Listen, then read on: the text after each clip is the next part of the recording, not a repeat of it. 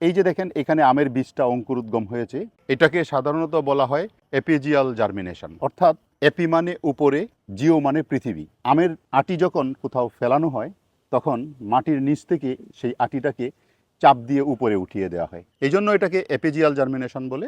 যাই হোক, আমের যে বীজ হয় এই বীজটা, অঙ্কুরিত বীজ আমরা ভেঙে কি করতাম, এটা দিয়ে বাঁশি বানাতাম।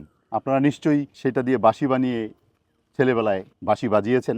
এই যে এটার ভিতর থেকে বীজপত্রটাকে এভাবে বের করে নিতে হয়, এই বীজপত্রটা দিয়ে চমৎকার একটা বাঁশি হয়, আমরা ছেলেবেলায় অনেক খেলেছি।